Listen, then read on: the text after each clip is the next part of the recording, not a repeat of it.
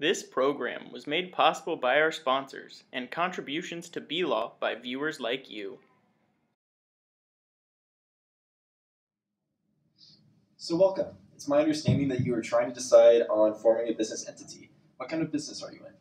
Right now, I am just a sole proprietorship, and I have a Christmas light hanging business here in Lincoln. Scott is planning to join this business also, and he has his own successful birdhouse business on the side that he runs in Iowa, which is where he lives.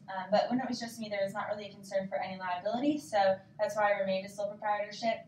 But I don't really know Scott, and he doesn't know me, and we haven't worked together, so we just want to limit our liability so we're not liable for each other's actions. And I really don't want to risk my birdhouse business if for some reason this brilliant idea doesn't pan out. Okay. So will it just be the two of you, and will you have equal roles in running the business? Yeah, for right now it's just the two of us, and we both like to remain principals. Okay. So since Scott is a foreign investor and you both are looking to limit your liability, you're probably looking at either an S corporation, a C corporation, or an LLC. So with that in mind, what is the end goal that you are trying to achieve with your business, and will you need investors in the future? Yeah, so we really want to be the go-to company for providing like holiday cheer in Nebraska. To do that, we're going to probably need to expand, and that would entail getting warehousing, and to do that, we'd probably need a loan. So we need some investors. Probably a loan from a bank would be where we're going to go first. Because we definitely don't want to lose any ownership in the process. Okay. In that case, member-managed LLCs and corporations are great for getting financing because of all the formalities associated with them that build trust for the banker or in bankers' eyes, and you can also decide what your management roles will be. So, what do your current projected profits look like, and how will you be splitting them in proportion to your contributions to the company? The company has a lot of startup costs, including just supplies and equipment, and then, like Scott had mentioned, in the future, getting a warehouse of some sort. And we anticipate making significant profits in about 6 years, but right now it's pretty much just all eaten up with costs. But we're planning on splitting our profits about 70-30 just because I'm the founder and have contributed the most upfront at this point. Okay.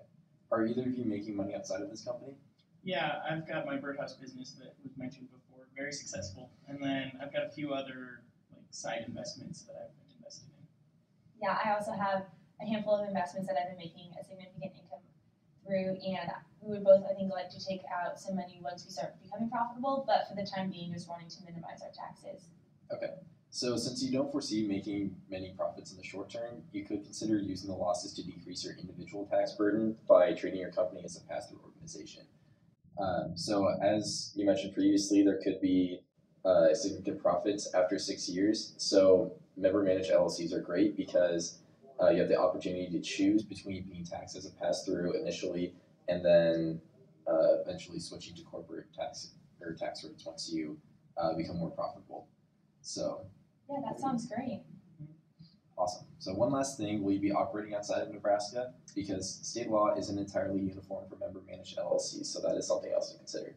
I think we're going to stay in the state. We don't want to compete with my birdhouse business in the holiday seasons when I have those special seasonal birdhouses, you know. That's fair, that's fair.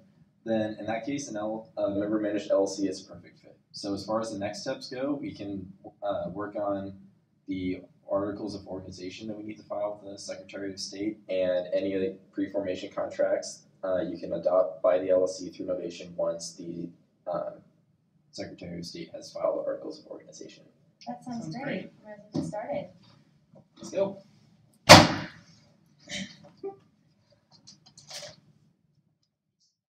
We interrupt this broadcast for a message from our sponsor, Bradley's Birdhouses. You've got a bird, we've got a house.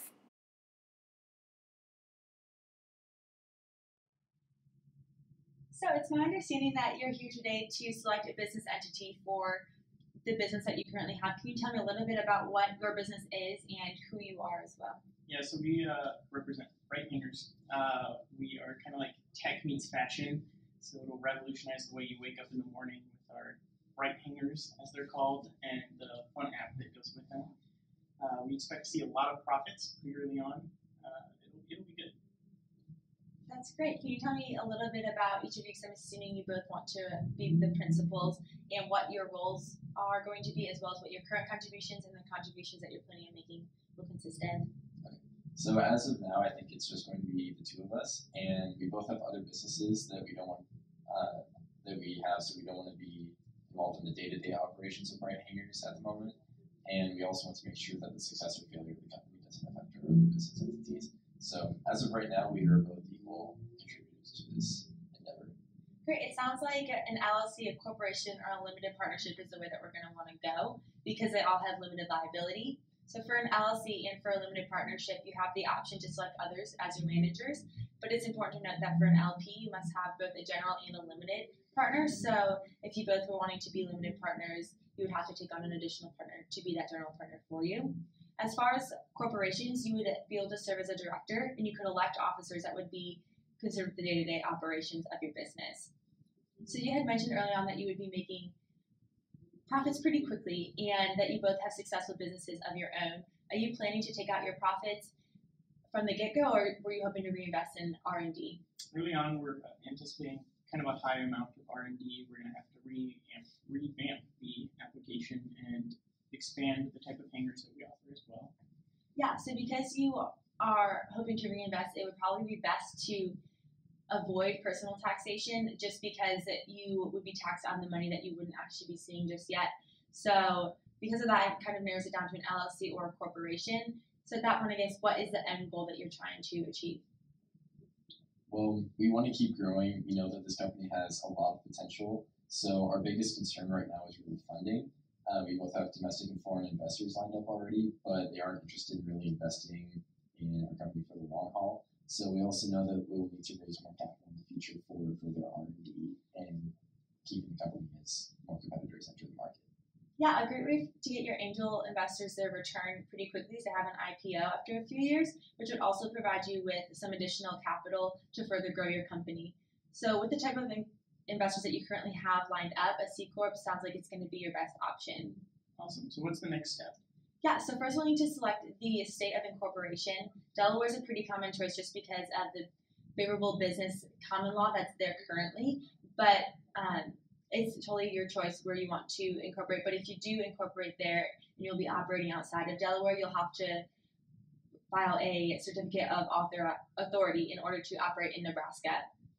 It sounds like you already have your company name picked out, Bright Hanger, I'm guessing, but we'll have to add incorporated at the end of that once we have filed the Articles of Incorporation with the Secretary of State. So also we'll have to choose a registered agent. Do you know yet who that would be? This would mostly be for correspondence and paperwork's sake. Yeah, I'm not very good with keeping paperwork organized, so we're going to have Michael do that. Great, I'll help you start on those then, and the next step will just be scheduling a shareholders meeting so that you can create bylaws. So yeah, you'll just follow with me, we can fill out forms.